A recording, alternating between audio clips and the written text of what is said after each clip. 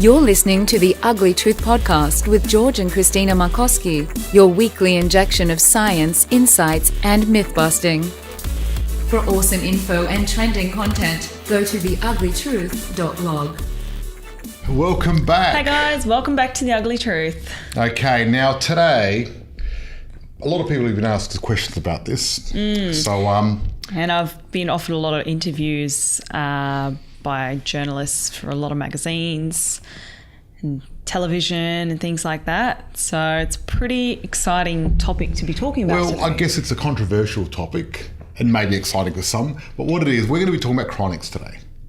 What I mean by cryonics is actually, you've probably seen it in some sci-fi movies where you get frozen, right? But you're not actually getting frozen. That's the funny thing. But we're going to be talking about cryonics. So when you die, you have the option to be frozen. Yes. With the hope of one day being revived. Yes. And Christina and I both signed up to get frozen or for cryogenically vitrified. I'm going to explain the process later. And we're going to talk about that.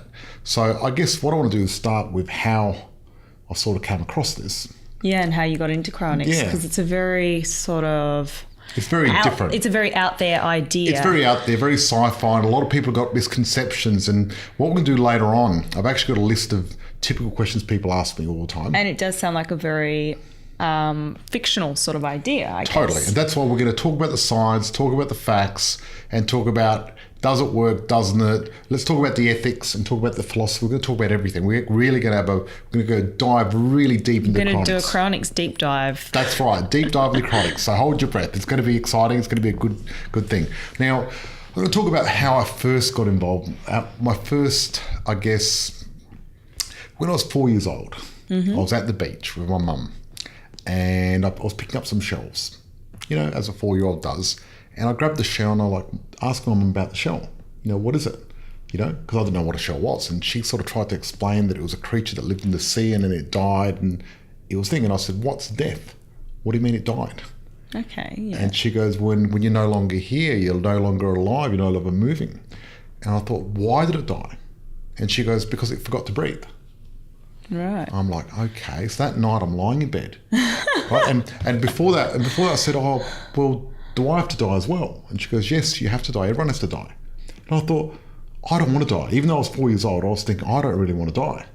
And I go, there's got to be a way around it. What if I don't forget to breathe? What if I remember? Because I'm thinking, note to self, remember to breathe, especially when you get older. Just don't forget to breathe because you don't want to be like the shell, right? Yeah. And she goes, well, as you get older, you're going to get decrepit and stuff like that. And funny enough, that night I was lying in bed and I thought to myself, one thing I want to do is I want to make sure I remember not to breathe, to breathe. Right?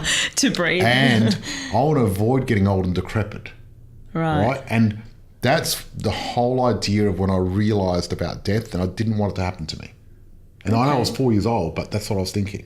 And I was thinking there's got to be some way of living longer, healthier and better. Wow, that's a very strong level of awareness for a 4-year-old, I'd say. Look, it's surprising, I know. Yeah. And she didn't have the answers for me. So I went on a bit of a quest. And then I found out about cryonics and I thought... At 4? No. As a teenager, I found out about cryonics through movies and things and the internet. I found out about cryonics and I thought, wow, cryonics, what an amazing idea. And I heard that Walt Disney got cryogenically frozen and stuff, which is not true anyway, it's false. But and I went on this journey, I thought, wow, that's amazing. It would be amazing if I could do that as well. And I didn't realise it was possible.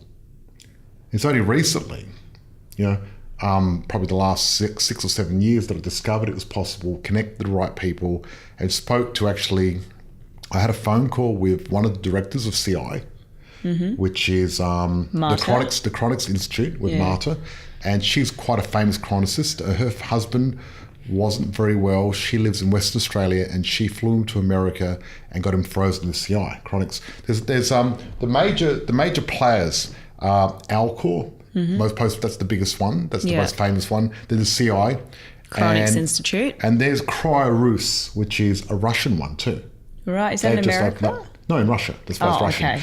Right? So there's two in America and one in Russia. Now, here in Australia, they've got a neuropreservation company that preserves your brain, but they have to cut it in pieces. They have to cut it in three pieces, yeah. So I'm not really keen on that. However, there's a new one opening up next year called Southern Cryonics in New South Wales in a small town, because there's a lot of passionate people in Australia. This is very exciting. And that's going to be, you know, like there's only a handful of these companies around the world, and we're getting one here in Australia. Yeah. So we've got some very passionate people. It's going to be the first, obviously, Cryonics facility in Australia. Well, you've actually got a record, because Christina is the youngest person to sign up to Cryonics in Australia. Woo! 22 when you signed up. Yeah, now, I was 22 when I signed up. So, now, when you first met me and I somehow got on the subject Cryonics, what were you thinking?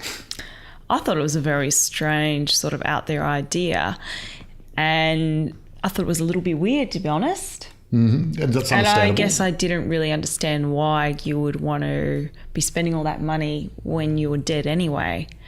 And I guess I didn't get the whole concept of wanting to live forever and coming back if something did happen to you. And it's not necessarily living forever, but it's more of an insurance policy. We're going to go through the ethics of that and a bit later. So I said to you, there's a Cryonics convention in Sydney. There's a guy coming from Alcor, actually, one of their head guys, was going to explain everything and how it worked.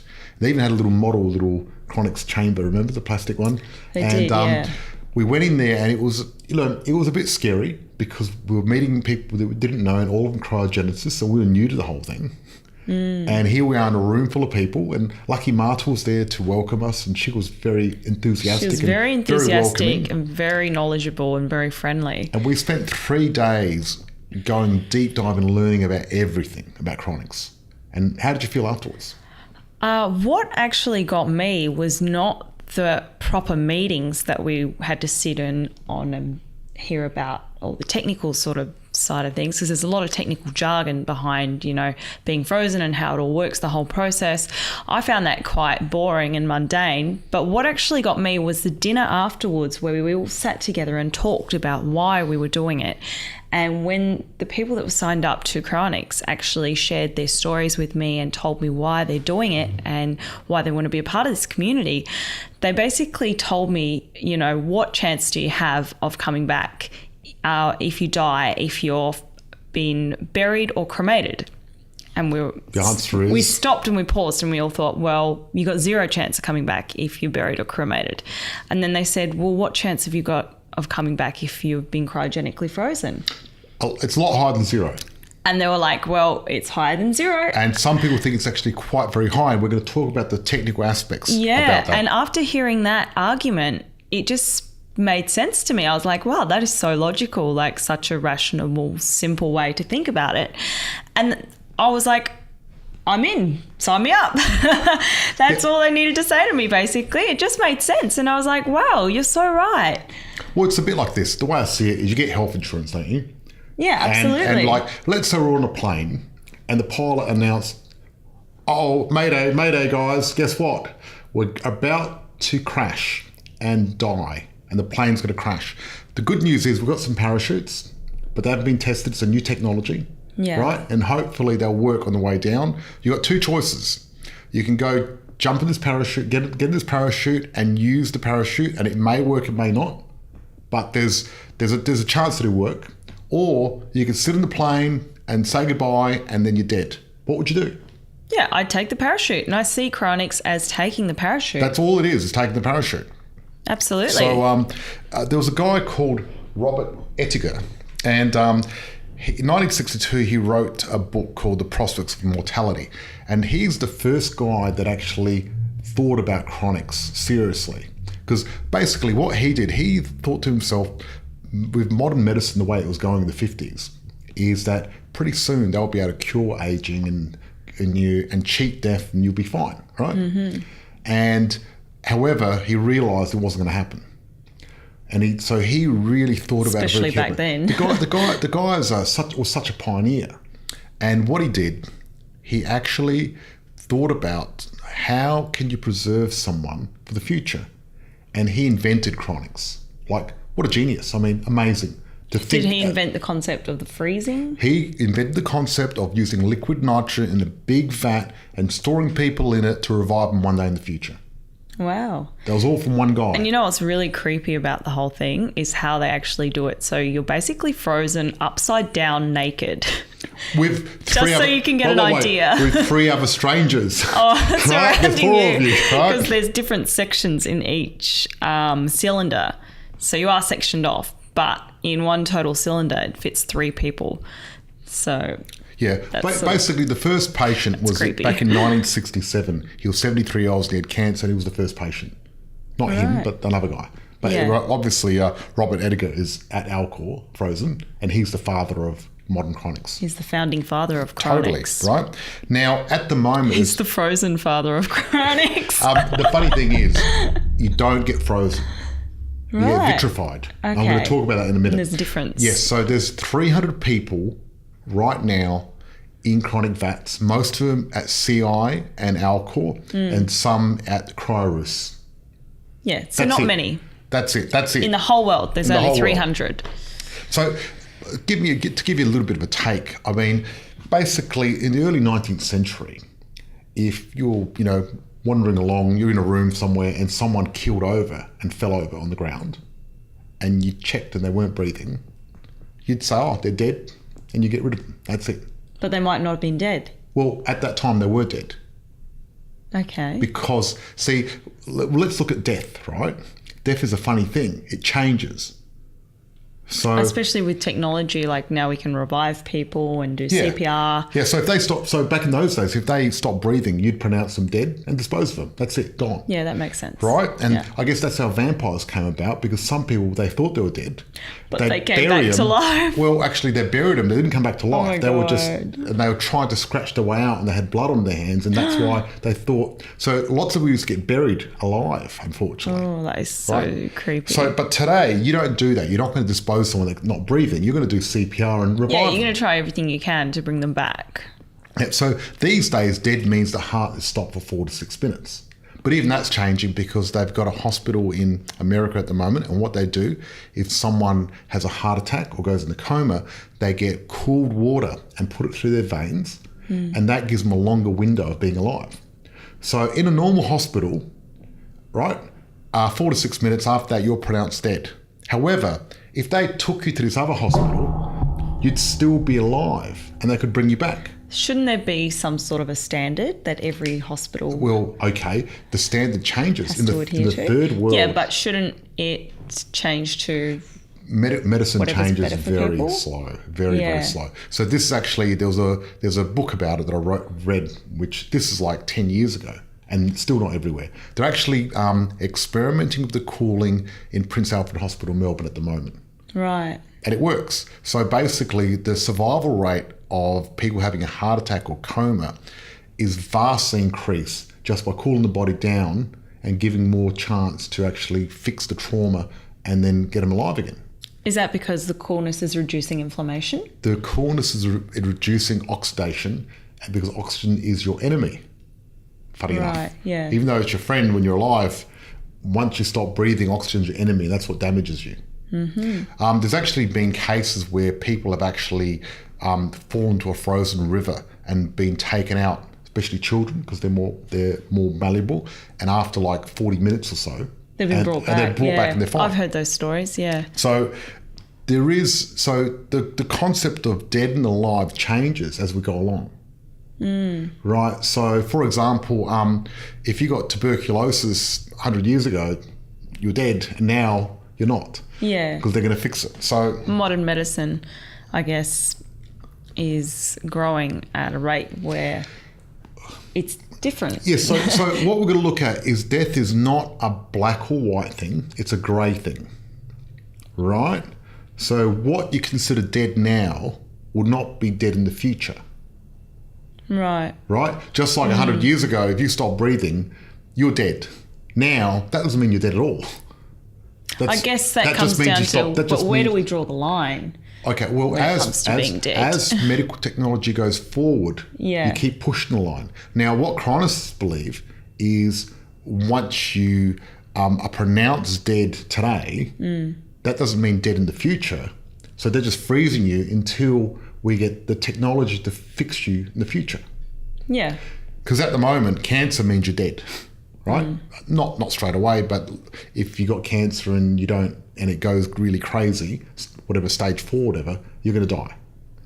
Now we've got CRISPR and other things like that. They'll be able to cure that in the future. Exactly. So basically... So what is a death sentence today might not be a death sentence in the future. No, it's not at all. That's right. So sooner or later, we're going to be able to revive people because basically, at the moment, they believe that technology, and this is quite a good prediction. If you listen to Ray Kurzweil, what he's saying is technology doubles every 18 months. That's Moore's law, right? And it keeps doubling. So it's exponential. It's not linear. It's pretty amazing. And now medicine has become an information. Yeah, we didn't think we'd be able to fly planes before we could. Well, actually, this is the funny thing. Yeah. Even in 1950s, there was prominent scientists saying that there was no way in hell, no matter how much technology we had, we'd actually leave the Earth and go to the moon. Well, we did that, didn't we? We did it only a few short years later. And I mean... There is a lot of people out there that think that we didn't actually do that, though. That we didn't go to the moon, and that it was all staged, like conspiracy theories and things like that. But we have gone to space. Yeah. Right? So whether you believe in the moon landing or not doesn't matter. We've certainly got a space station and we certainly got there. That's a fact. Yeah, now we're looking at obviously going to Mars. Well, the latest thing is going to Mars, and Elon Musk is talking about that, and we've got a podcast on that. And I think it's about time. I feel that there was so much.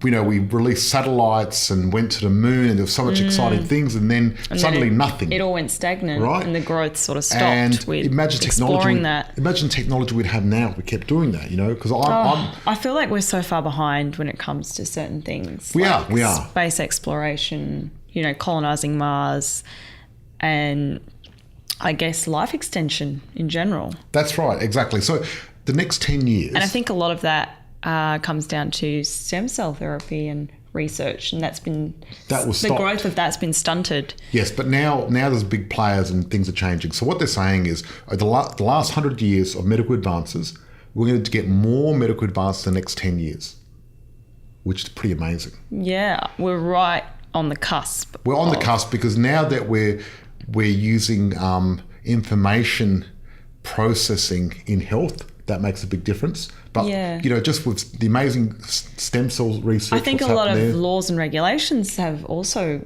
blocked us. Only slightly. But like with the stem cells. That was only one country, though. Yeah. So it blocked America, which is one of the big players. Yeah, but they're going to be the leaders when it comes to most of this stuff. Not anymore, no. Right. So who's the new leader? Well, there's a big race. China have really stepped up to the plate. And they've got the fastest supercomputer in the world. Right. They've also got the biggest medical research facility, biggest genetics facility. You talk about anything to do with science, China got building the biggest telescope. So they're actually just really, really competing really strongly. So you've got America, Europe, and China, the three major players. They're all competing head on, and they're spending billions and billions of dollars. So what they're doing at the moment, they're racing towards AI. So Europe have earmarked billions of dollars to reach AI. I'm America really excited about the Da map Vinci machine as well that they're creating. That's created ages ago. Oh. Yeah, it's been around for a long time. It's not out though. Yes, it is. Is it? Yeah, they use it in lots of hospitals. Are they using it in hospitals? Absolutely. There's actually the second model. They're doing the third model now. Oh, well, that's even more exciting. Yes. So they're doing that. The Da Vinci machine is a machine that you use to operate on people, but it's not autonomous yet. And that's what they're moving into now. Yes, that's what I'm waiting for. That's I'm excited about. Yeah. So there's a lot going on at the moment. So what we're basically saying is, what Cryonics is saying is that a corpse today is tomorrow's patient. Right? And sooner or later, if you look at our technology, I mean, unless the human race, like if you get frozen, if you wait long enough, sooner or later they're going to find a way of reviving people. Now, a lot of people think, well, how are you going to, the information, everything else like that. So what they do, and just to give you an explanation of what happens is, obviously there's certain factors that are involved. So one of the important things is the quality of your brain when you die. Yeah. So, for example, if you die in an environment where you're euthanized and they quickly get you and do the process, there's going to be a much higher quality of vitrification. They don't actually freeze you, they vitrify you, which means they put these cryopreservatives inside your body and they get your brain and turn it into like a plastic, like a glass. Wow, okay. Right? And what happens is they do it really slow and they have microphones there to listen. Otherwise it would shatter, wouldn't it? What happens is if you freeze someone too soon, they actually crack. And their brain cracks in certain places. But by doing it slowly, you want to preserve it the best way that you can, obviously. And you keep it in the shell, in the skull, to preserve it, because that's a good case for it. How do they inject the preservatives into you? What they do is, you're actually there when we heard about it. So what they do is, after you're pronounced dead, they actually get a thumper for your heart, and they get a breathing thing for your mouth, and then they insert things into your veins and drain all your liquid out, put the cryopreservatives in, and push it all the way through your body into your brain. That is so creepy. It's pretty full on, and yes, and they've got like standby teams that come out and do this. Yes, I'm thinking about volunteering for the standby team in Australia. You know what I mean? Something happens. I wouldn't want that job. Look, I think that preparing dead people for cryogenics. It sounds pretty horrible, but I think if I can help someone and save their life one day, that's pretty cool. I mean, I even bought a defibrillator because I want to have it available. If someone nearby, something happens, I'd like to go save them. I'd love to be able to save people. I think it's awesome. That's very different, though, from actually touching a dead body and putting things into its veins. It's a bit more extreme, but I think I'm willing to do it. So now, for example, you look at a hard drive, right? Now, if you have a hard drive and it crashes, you can, if you get the right technology, you can actually restore the information in there. Right. But even if you delete everything on your hard drive and write on top of it, with technology these days, you can actually, like the NSA and the CIA, they can actually get that hard drive and restore the original contents. And bring it all back, yeah. Yes, and now there's special programs you can use that rewrite things over and over and over and over on top of the hard drive to muddle the information up. However, with enough technology, you can actually go back and restore that information. So what basically happens with the cryogenically freezing someone, or vitrifying them, I should say, is what you're trying to do is preserve the information of the brain.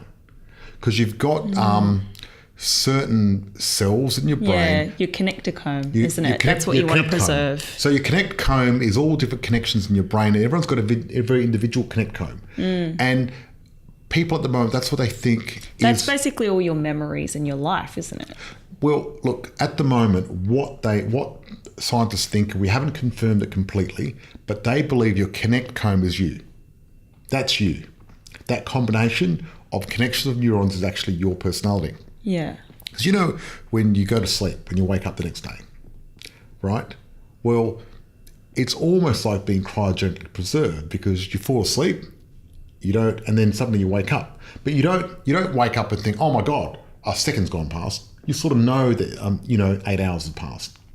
But being cryogenically frozen is going to be different, because when they freeze you, you're going to lose your short-term memory, because what happens is you need to sleep overnight to maintain your short-term memory. Right. So you're going to lose that short-term memory, but your long-term memory... So you'll forget what happened to you when you died. Yes. Isn't that sort of a good thing?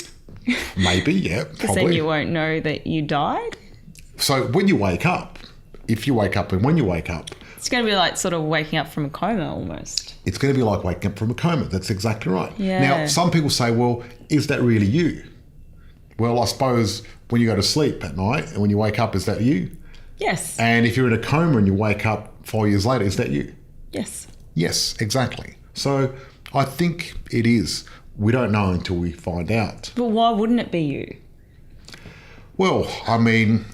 I can see an argument for why it would be you, but why wouldn't it be? Okay, so... What are they trying to say? Okay, you're vitrifying the brain and all the connectome, right? And then what we need to do is, one thing, how well have we preserved that data so we can restore it? Mm-hmm. With sufficient forward technology, we'll be able to restore any data, just about. Just like we can with hard drives, even if it's overwritten. Yeah. But if you vitrify it properly and conserve the data properly, you'll be able to get revived quicker, because you won't need as much technology to do it. Now, the next step is, how do we read the data and recreate that brain? We're going to have to use computers, aren't we? We're going to have to use nanobots. Yeah. Right? And we're going to have to recreate the connectome. At the moment, the technology we've got is very slow. And if you used electron microscope, all the ones in the whole world put together, it would take 10 years to scan one brain. That's so long. Right? So, but our technology is jumping up further and further. Yeah. And there's it increases every 18 months. And what they're doing at the moment, funny enough, is they're actually slicing the brain up in really small bits and scanning it all. In America at the moment, they're trying to create a connectome and map of a whole brain completely. And the technology is getting faster and faster. So someone's actually donated their brain to science? Yes, there's quite a few people. Quite a few people have donated their brain to science. Heaps. Yeah, obviously. Yeah. And they're doing it really thin wafers, one bit at a time. Because the human brain is amazing. There's so many connections in the human brain. And because we've got the original brain stem and the sort of reptilian brain, which is our first brain. So that's like a little long thing, and it goes in the stem here, right? Then on top of that, we've got the mammalian brain. Then we've got the higher mammalian brain, the primate brain on top of that, and then we've got the neocortex and the part on top. Yeah. So what's happened is, if you look at a brain, you can see it's got all these different folds and everything else like that in it. And the reason being is because as the brain grows, the volume grows. So by having a really folded surface, you can actually fit more neurons in there. Right. So the brain is actually the most complicated substance that we know of in the universe. Pretty amazing. But also, there's more combinations of connections in the brain than there are stars in the visible universe. So it's the most complicated thing we've ever dreamt of. The brain is amazingly complex, right? And that's why there's all these folds in it, to be able to create more neurons in that. Now, I remember what we're talking about now. What happened was a very famous neuroscience said that if there's everything to learn about the brain was a kilometre long, we're actually about 1 inch into it. That's how much we know about the brain. Hardly anything. Hardly anything at all. However, the next 10 years, that's going to completely change. I mean, a bit like what we know about space, I suppose. No, we know a lot more about space than the brain. Heaps more. No, I mean, but in comparison to what we could know about it. Probably, yeah, because we've got the universe is so massive. Matter. Yeah, but we know, it's amazing what we know about space compared to the brain. Yeah, what we think we know, but we'll look back in 10 years and go, oh, we knew nothing. Yeah, true. Actually, no, 10 years ago, we didn't know a lot more different than now, except for dark matter, because that's the thing. Yeah. So basically, what's happening is now, like Elon Musk, he's creating a brain a thing that you can put on your brain and communicate direct with your brain, which is pretty amazing. Just by thinking. Yes. Yeah. And they've did experiments. Aren't they doing a race? Like Mark Zuckerberg and Elon Musk are having a race to see who can make that Credit first, yes. Yeah. There's a lot of races at the moment, which is very exciting technology. A lot of races. And basically they've done a lot of amazing things where they had a monkey moving an arm using its mind. Wow. They've got a lady that was drinking a cup of coffee using her mind, you know, things. So we're getting closer and closer. So this would be good for Stephen Hawking, you know what I mean? Because the guy's a genius, and that'd be a great loss to humanity if something happened to Steve Hawking. And I'd love it if we could really imagine if he could communicate faster, because his brain is so big and he can communicate so slow because he's got that impediment. So we're talking about communicating telepathically. That's right. Right. Yes, I know. Sounds pretty out there, but that's what they're working on. Elon Musk, whatever he touches, somehow he makes it happen. Yeah, crazy. Yes. So I was going to talk about famous people that are into Cryonics. Okay. You wouldn't know about this. Seth MacFarlane. Right. Larry King. Simon Cowell. Was he in The Voice or something? Paris Hilton. She's going to get frozen? Yep. Britney Spears. Yeah, I knew Britney Spears was getting frozen. Muhammad Ali. Interesting. Yeah. So, we've got some famous people getting on board now, wanting to do it as well. So it's interesting. That's great. Exactly. So they can obviously raise awareness about it and that's about right. the cause. So being chronically frozen, I guess it depends on where you're at too, because if you've got a really clinical situation where they're on standby, that's going to produce a really good result. But if you have an accident, or even if you have a really bad accident, they're not going to be able to do as much. Imagine if you had a car crash and your head got hit, there'd be a bit of information missing. Yeah. There was one case where actually our court had a guy where the family didn't want him to get chronologically frozen, and they ended up burying him. So they buried him. Oh, this is so creepy. And then they had to excavate him and take him out and actually freeze him. And the funny thing, when they did the scan, because the funeral parlour gave him formaldehyde and whatever they do for that, they reckon that the brain was quite well preserved. And where they buried him was like cold, wasn't it? I don't know about that. But anyway, it was quite well preserved. Yeah. And we don't know. So the key is the preservation is important, because the higher the quality of preservation, the quicker you're going to be able to come back. Then it's about time. Now, are you going to get revived? Well, this is the question as well. Well, I suppose if something happens to the human race, an asteroid hits and everyone dies, no, you're not going to get revived.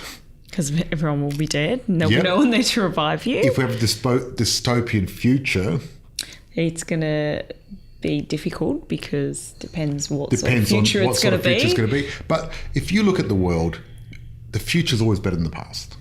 Really is. We've got higher standards of living. Yeah. We've got higher morals and ethics, right?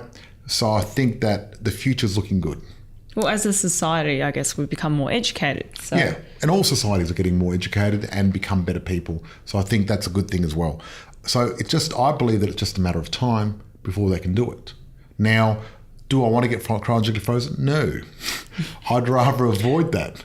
But You'd rather not die at all. Exactly. Yeah. However, I think as an insurance policy, it's not a bad idea. If you've got a choice between dying and not existing or whatever, or if you've got a choice of coming back one day, I think that'd be pretty exciting. Imagine that one day you wake up and you're like, wow, I'm in this new future. It's really cool. Or maybe they might upload you. You're going to be in virtual reality. Or whatever. Yeah, so what I think will happen is that basically by the time they do sort of figure out how to revive you, they'll upload your brain to a computer and basically get you a new body, because the body that you had when you were frozen, I think it's still a good idea to obviously be frozen completely, because you've got two options. You can either be frozen as a whole person, or your head only, or just your head only. It's bit creepy, your head only, right? But what gets me about being frozen completely, like your whole body,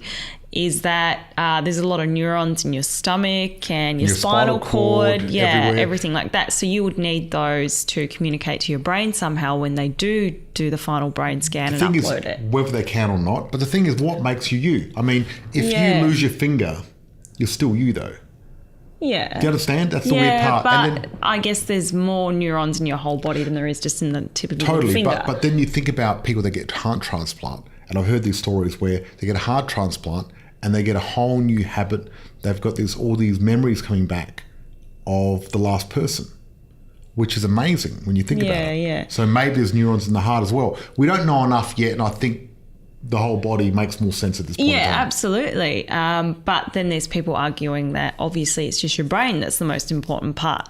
But what I think will happen is that basically when they do scan your brain and they get you connectochrome and they upload it to a computer, maybe they'll create a whole new body for you, possibly a robotic body, because the body that you've got frozen would have been too hard to repair. Well, robotic body, I think biology by then, they'll be able to grow you one pretty quickly. Or grow you a new body. They'll get you a new body somehow and then upload your brain into that new body. Okay. But what... Now the sci-fi is getting very strong here. What you can do with your... why it would be a good idea to obviously freeze your whole body is that so they can see what it looked like and try and get it as close to that as possible. And you might want a different body, who knows? Or you could obviously order a new body. Well, the thing is, though, Ray Kurzweil and people like Aubrey de Grey and people like that, there's a big race now actually to end aging full stop.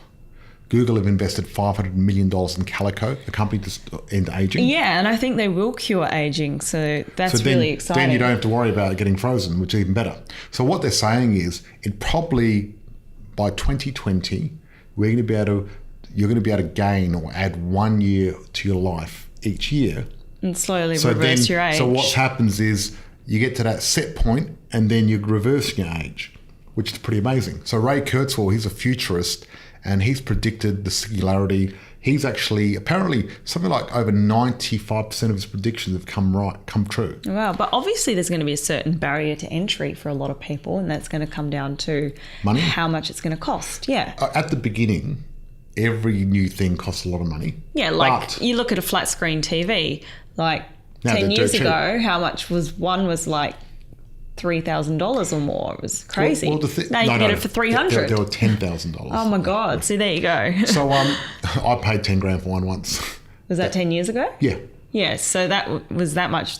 And it was massive too. It was it was like thick and chunky and really poor quality. Actually, mine was pretty good. And now you can get a flat screen TV for like $300. Look, what happens is it's the early adopters and the people that are willing to spend the money on new things that make all this new technology possible. And then it spreads out. You think about now the amount of power we've got in our pocket just for an iPhone. An iPhone is more powerful than the computer they use to go to the moon. Yeah, that's crazy. Right? That's amazing when you think about it. And I hear stories about like computers used to fill up a whole room. They did. And I think, when you think about our technology, it really is an extension of ourselves. So what happened is, you look at the Industrial Revolution, what we did is we got machines to replace, like for example, horsepower, right? We used horsepower to replace manpower, right? So we're delegating that out. So what happens is, let's say you need to plough a field. Instead of you sitting there digging, you get a horse to do it. So what you've done, you've delegated that work. Yeah. And then now what happened, they organised computers. And computers you delegate the work of memory, because books did that as well. So for example, when books were invented, you think about books, there was only about 30,000 books in existence in Europe back in the 1500s. And then Gutenberg invented the press. He invented all these moving letters, invented the printing press, and originally he printed heaps of Bibles, just went nuts on Bibles, right? And he printed all these Bibles. Is that why the Bible is like the number one best-selling book in the world? No, well, I don't know if it really is the best-selling book in the world. I've got to check that fact. I like to check all my facts. But it's probably one of the biggest-selling books in the world. Yeah. The thing is, the Bible, they used to put in every little hotel room, and there's a lot of reasons. Courtrooms, you've got to swear in the Bible, there's lots of stuff like that. So that's another reason. Okay. And I mean, it's a pretty ancient, pretty interesting book. There's a lot of interesting stories in there. It's quite... Now, so I guess books were our first external memory storage, right? Yeah, not before then, tablets and stuff, but let's say when we started writing, we could actually delegate our memory external to ourselves. Yeah, I know. I delegate my memory to my computer and my phone every day. I write down my to-do list and what I need to do, basically. So I would be lost without it. That is literally an extension of my brain now. You're a cyborg. We are cyborgs now. Absolutely. Now, the thing is, though, now because there's a bit of AI here and there, with very weak AI that we've got, but you're actually using computers not just to delegate your memory, but also thinking for you. Like when you Google something, you're looking it up. That's right. You're Googling things. So you're actually starting to use that. So it will make you a lot smarter, obviously. Of course. Think about how much smarter you are with a phone connected to the internet than a person 100 years ago. I guess that's why they call it a smartphone. Yeah, exactly. And I think, a lot of people were saying, oh, no, Google and phones are making us dumb. I don't believe that. I think it's the opposite. It's actually making us smart. Yeah, I agree. I think technology is a good thing. And, a lot of people saying, we should do our times tables and do everything the old way. And I think knowing how to think, nothing wrong with that. I think it's good to learn that. However, let's face it, you're never going to be without a calculator, right? And I think knowing the process of thinking is important to develop your brain. But I really think that your phone and being creative and using and manipulating the technology and the information is more important these days. Because we've got it there to use it, obviously. Exactly. I use my Google all the time, and I use my phone all the time. And whatever you can use to make your life easier, why wouldn't you? Yes, exactly. However, there is a lot said about the mental discipline of learning things and learning how to do things. You know what I mean? I studied maths 1 and 2 in year 12, and a lot of complicated subjects. Mm-hmm. And forcing your brain to go through that does give you an edge, because then you can think about things differently. Yeah, I suppose it all comes down to what industry you really want to get into at the end of the day and what you need to know. I think that sharpening your brain and your mind for its own sake is worth it, regardless of what industry you're in. That's just me, though. I love it, because what happened was when I was in grade 3, when we first started reading books.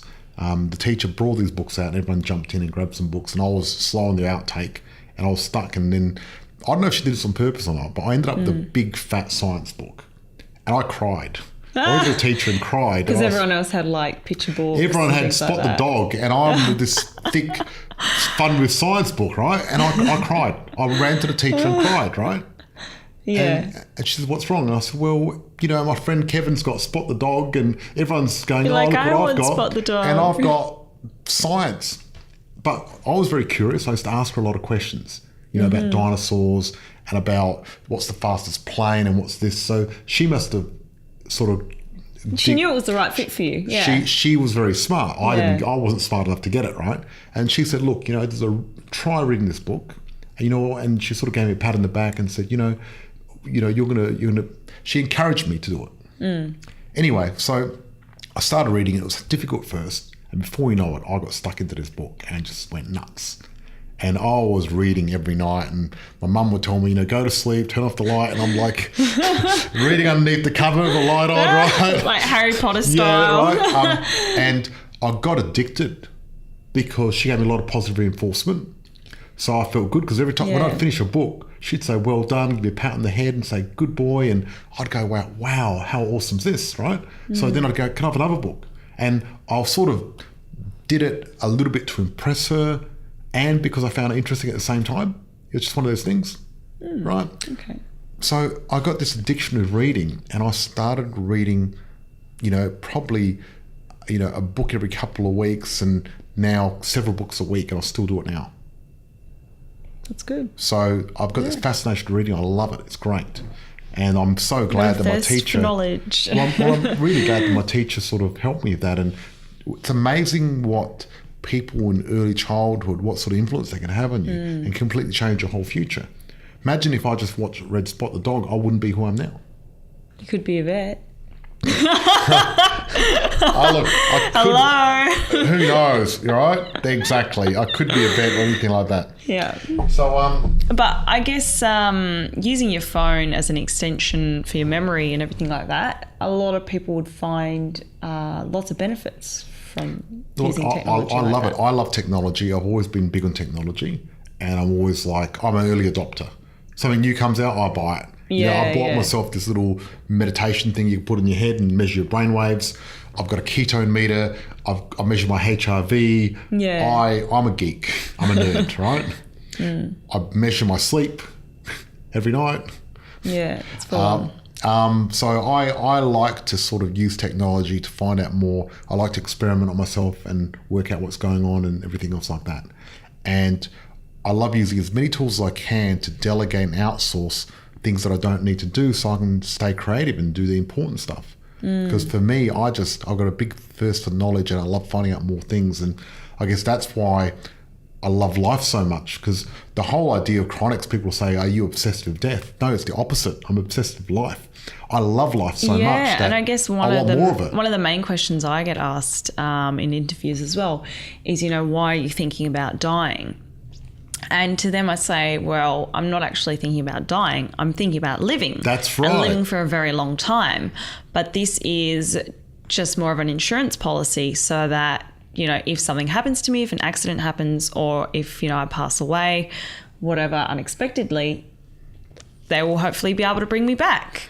And even if it's not unexpectedly and I'm quite old or whatever when I do die, if they haven't cured aging by then, exactly, that's going to be better than being gone forever. Exactly. And the thing is, what's the worst that can happen? Once you're dead, you're dead. You don't even know you're dead.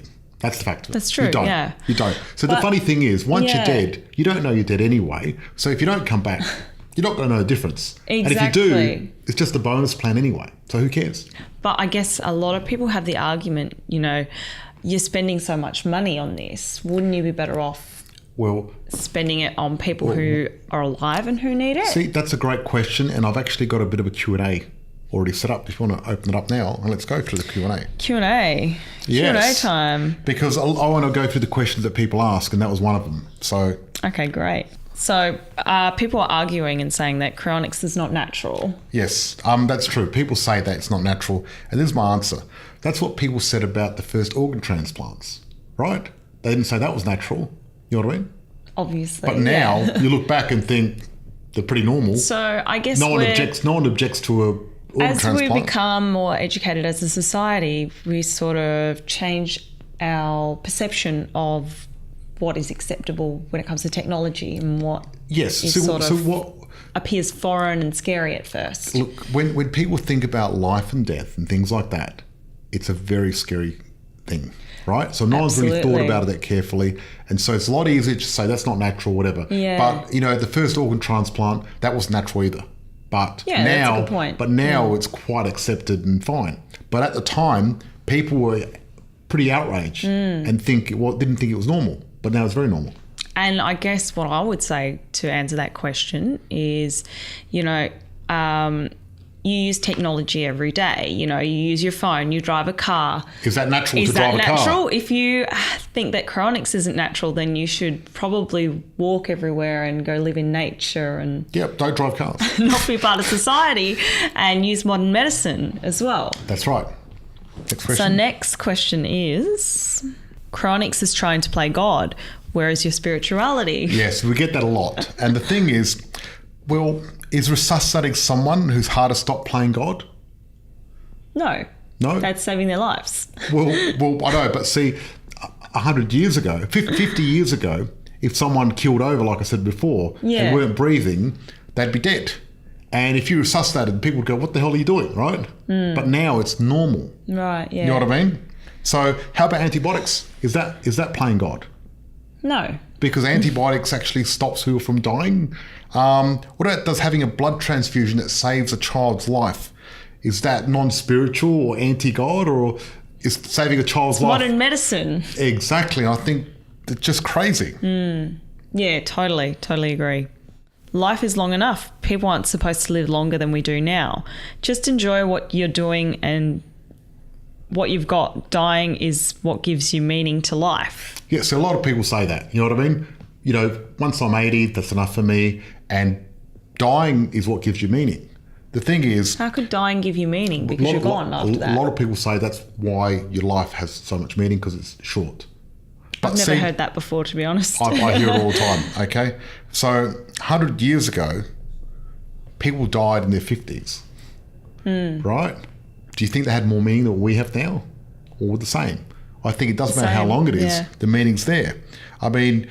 You could say the same argument. I think you can do more good in the world if you're alive, because you're actually alive to be able to do things and help other people in the world. So yeah, but I mean, look, I disagree with people saying dying gives you meaning, but I think that's stupid. But if you think it does and that's what you want to do, go for it. I mean, how could being dead give you meaning? Well, people say if you've got a short life, there's more meaning in the world, and that's the whole point, and that's why everything's so important. It's quite a big argument there. If you have enough money for cryonics, then you have enough money to help somebody in need today. Look, that's a big one, right? And I get that. But if you have enough money for health insurance, which costs a lot more than cryonics, then you have money to help someone else in need. Also, if you've got enough money for beer, wine, movies, you can actually, any discretionary spending you've got, you can actually spend on other people. Yeah, right? I guess it comes down to priorities and what's important for you to spend money on. That's right. And that's a very personal thing for every person. But of all the ways you can choose to spend your money over a lifetime, singling out a healthcare choice of cryonics is selfish and completely irrelevant. That's the fact of it. You know what I mean? Yeah. Because we can single out anything. People that spend money on drugs or people that spend money on wine, it doesn't matter. Your choice is your choice. And of course we can help more people, but Cryonics actually not very expensive anyway. And I think once you understand the whole concept of it and why it's important to sign up to it, what could be more important than wanting to make sure you're alive and actually living? Because you can't do anything when you're dead anyway. You can't help anyone. And like I said before, you could do a lot more good in the world if you're alive to be able to do it. You can't do it when you're dead. That's right. Personally, I mean, obviously you could have a foundation and other people could do it for you. Yep, you could. But if you're the one who the foundation is about, wouldn't you be more powerful alive? Maybe. Well, yeah, I think so. Alrighty. Is Cryonics a scam? Well, all the Cryonics... I've heard that one before, definitely. The major Cryonics companies are all non-profits. So how could a non-for-profit company be a scam? Look... Because a lot of people say, oh, you know, they're just taking your money and you're going to be dead. Like, how stupid is that? You're stupid for doing that. You're gullible and vain for doing Cryonics, okay? Right. A lot of people say you're gullible and vain. Okay. Now, would you say that you're gullible or vain for getting a heart transplant? No, of course not. Well, that's a similar thing, you know what I mean? Really, at the end of the day, I think that's some pretty good answers to these questions. Absolutely. And I suppose, you know, there's lots of different things you can do these days when you die. And I think it's an individual choice. And I think people should be able to do what they want. I'm all for freedom because there's one thing you can do. They can actually cremate you now and actually turn into a diamond. Or you can turn into a tree. Yep. They can make your ashes into like a picture. You know, there's sorts of crazy things out there. Oh, really? Wow. Yeah. There's some crazy stuff out there. There's some weird things out there. And look, you know what?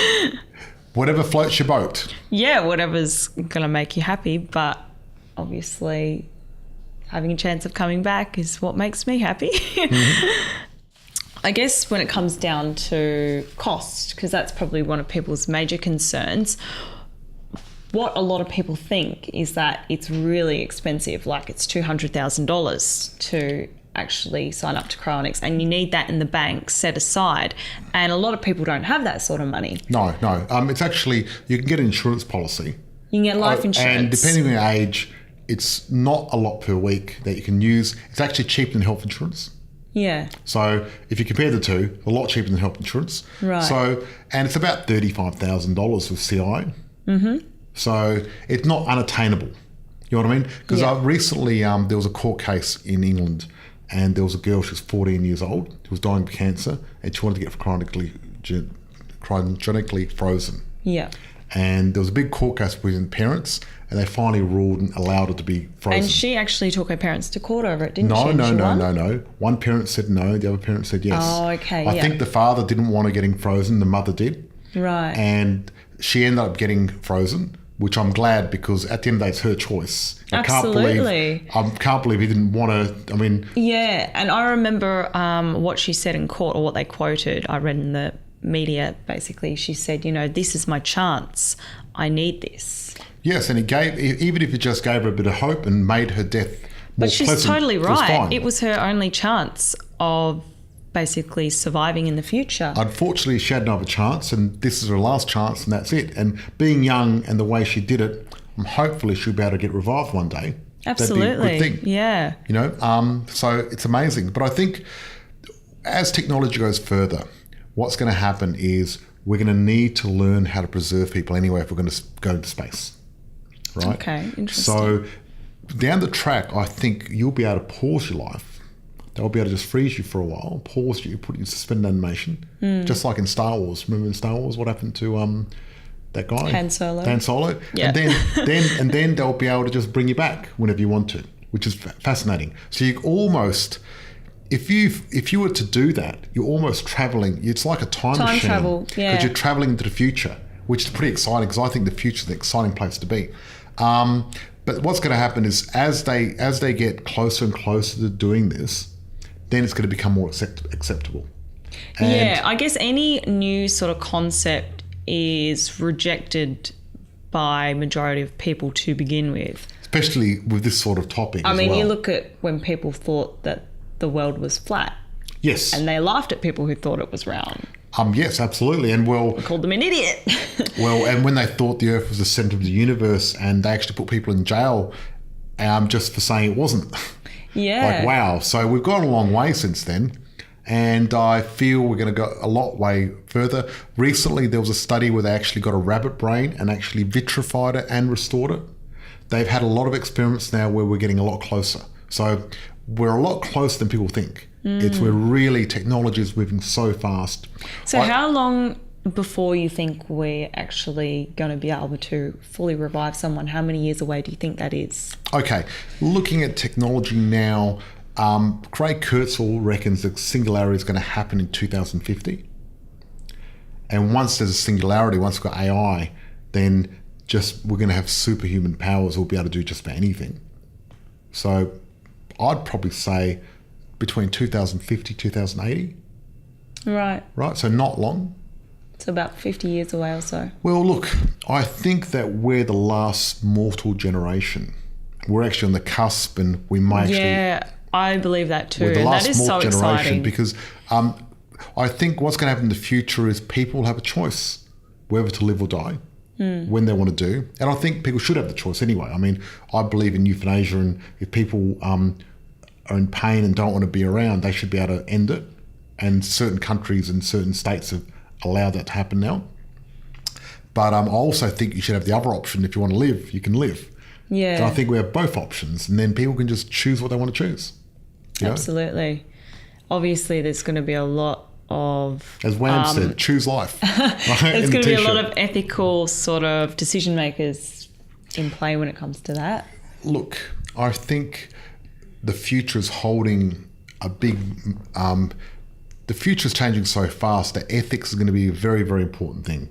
When you're looking at stem cells, you're looking at cancer research, cryogenics, all that sort of stuff. There's a lot of stuff happening, AI, self-driving cars. Ethics is going to be a very, very important part, and we're going to have to get that right. Absolutely. Because I really think that we need to become an ethical society, and everything should be for the good of mankind and everyone. You know what I mean? But I believe that people need to have their free will as well. So there's a balance there. And I'm not saying unethical free will. I think free will needs to be in the boundaries of ethical and ecological. So life needs to be ecological and ethical. What I mean by ecological is good for the environment, good for the people around you, good for the planet. And I think people are moving slowly towards that, which is great. But when it comes down to cryonics, I guess... Okay, there's one other thing. People saying, what are the population? Oh, yeah. Yes. I've heard that argument before. People saying, oh my God, if we had cryonics and brought everyone back... The world's overpopulated as it is. How can you freeze people and bring them back? Wouldn't there just be like a massive crisis, like way too many people on the Earth? At the moment, there's 300 people that are frozen. Yeah. And there's 7 billion people on the planet. So it's not going to make any difference. But you could say that about antibiotics. What about antibiotics? That's bad for the population. And all the lives that saves, yeah. Exactly. And the polio vaccine, if you believe in vaccines, a lot of stuff like that. So really, at the end of the day, it's not really a good argument. And the funny thing is, as societies become more wealthy and affluent, the population goes down, and the population demographics are changing very much. And most of the first world has got a zero population growth at the moment. Right, yeah. It's all happening in the third world. That's basically what's happening. There you go. Yeah. Well.